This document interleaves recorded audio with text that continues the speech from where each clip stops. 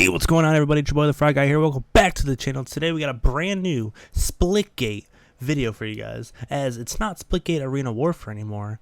It's just Splitgate. Today I'm here to give you 5 great tips to help you get ranked ready in Splitgate using a controller. If you're new, then these tips can also help you get a jump start in your Splitgate career on console or on PC with a controller. Now, you may be thinking, just use a keyboard. Well, don't be discouraged. There's plenty of controller players that are high skill players, such as Tanner, Zach Max, and even over on the console, Jibbin. Links to their social medias in the description box below. Again, these tips are for controller players looking to make an impact on the ranked queue lobbies and potentially even Splitgate monthly tourneys or other third-party organized events. Speaking of Splitgate monthly tournaments, your boy was back-to-back Splitgate Amateur Champ back in February-March of 2021 earlier this year. So I have a bit of experience under my belt with controller on Splitgate, if you ask me. So if you like the content like this and want to see more awesome Splitgate content, make sure to hit the thumbs up on the video and possibly subscribe, as it helps out my channel a lot and will also help Splitgate grow as a whole. But without further ado, let's jump right in. So basically with the medium sensitivity, guys, is you're going to want to run a 6 horizontal 7 vertical with a 4 acceleration sensitivity and a 1.0 zoom sensitivity multiplier. Now, in my opinion, it's very important to have kind of a medium sensitivity to where you're able to control your shot still, and then also at the same time being able to portal quickly enough to where you're able to make plays like that, you know, and completely confuse your opponent. Because that's what Splitgate's all about, is completely confusing your opponents to where you're able to get the drop on them at any moment, even if they see you. Also, I run a .12 inner dead zone and outer dead zone. I mean, that's what I run in Halo, so I mean, it can't be that bad, can it? So as a controller player, it's very important to understand your role in the squad. Now, in my opinion, I think that role is the objective player. Now, of course, you can get those, easy portal kills, but keyboard players and keyboard masters, especially Splitgate masters, they're going to be going all around the map and shooting, and, they're going to be hitting those headshots. And with aim assist, it can only go so far. So basically what you want to do is you're going to be the guy that jumps on the Koth hill, or you can be the guy who jumps on the domination hills and just make sure you secure those points, because at the end of the day, it's the objective that matters, not the kills, unless you play TDM, which also is a ranked game mode. So, be prepared to frag out at any moment, of course. But in my opinion, I definitely think objective comes first when being the controller player in a more competitive scene.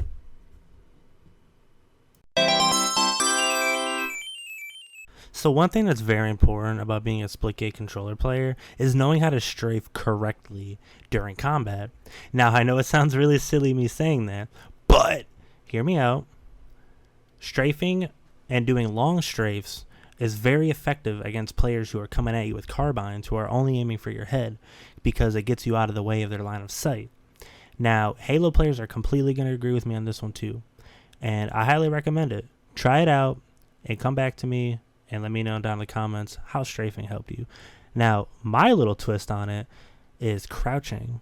Now, if you have an Elite 2 controller or something along the lines of a Scuff or something, I recommend having one of those buttons possibly being crouch. Now, I use the airborne controller layout, which is basically bumper jumper, and crouching is down on the D-pad. So, it's really helpful for me to have one of my back buttons be crouching. And, you as a controller player, you really want to mix it up when it comes to your combat, because you're easily going to be able to be read by, top level players in the ranked queue who've been playing the game for years, especially on mouse and keyboard. Now, throwing in that extra little crouch sometimes during your gameplay is going to throw them off, and you're going to get an easy frag. And that's just the way that I'm playing. Now, these next 2 tips are going to be really good for every new Splitgate player, whether you're controller or keyboard. It's map knowledge. Now, map knowledge is the most important thing to learn in Splitgate. Now, game modes like race and casual and even custom games can help you know and learn maps, And it's because knowing where the certain peaks you can have to be able to place portals across maps, you'll be very surprised about what kind of peaks you can find. Like, there's so many that it'll really blow your mind, and it'll make you actually a better player being able to memorize these spots. That way you can get across the map quicker, be able to make plays faster, and possibly even capture objectives.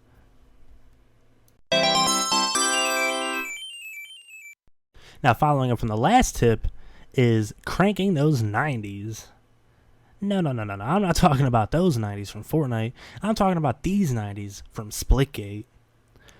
Being able to portal first rather than shoot first is key for any new Splitgate player, especially controller players. Now, the short portals is what will help controller players out more, because with the thumbsticks, being able to get those quick, that's why I call them 90s, of course, is just being able to get those quick portals off will help you so much in being able to outplay and outsmart your opponents and be able to get easy frags. Now, with keyboard players, obviously, you can reach crazy portal walls really fast if you're really good.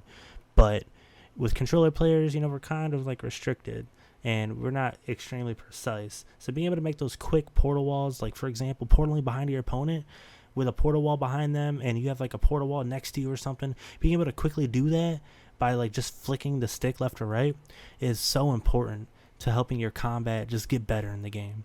And the better you get, probably the crazier you will be at the game. And that also kind of goes hand in hand with the medium sensitivity, because with the medium sensitivity, it's not too fast to where you're going to miss the portal wall, you know what I'm saying? But it's also not too slow to where you're going to miss your opportunity and get gunned down, before you're actually able to even go through your portal from your opponent. And there you have it, ladies and gentlemen. 5 great tips you as a controller player in Splitgate needed to know. It's very important that these 5 tips are vital to success in ranked game modes and tournament setting, especially against keyboard players that know what they're doing. When you get higher up in the ranks, it's going to show the skill ceiling grow and grow, and it's important to stay fresh on your toes while playing Splitgate for ELO and prize money. And that wraps it up, guys. If you guys enjoyed the video, make sure to drop a like and possibly even subscribe for more Splitgate content like this. Check out my other video series called Fry's Guides, a series where I go in-depth about game mechanics and strategy. I have 5 videos out right now in that series, and each video is about each different weapon in Splitgate arsenal that isn't a power weapon, so make sure to check them out for more Splitgate tips and tricks. Also, guys, if you didn't know, I stream over on twitch.tv/xFryeGuy. And that's usually where I get all my gameplay, and I also stream just about daily. So if you guys want to see some really good controller gameplay in Splitgate, make sure to go follow me over there on my channel. I usually just vibe out to video game music, and even lo-fi remixes of those video game music as well. So if you like that kind of stuff, definitely make sure to show some support as well. And remember, guys, take it easy. I'll see y'all in the next one.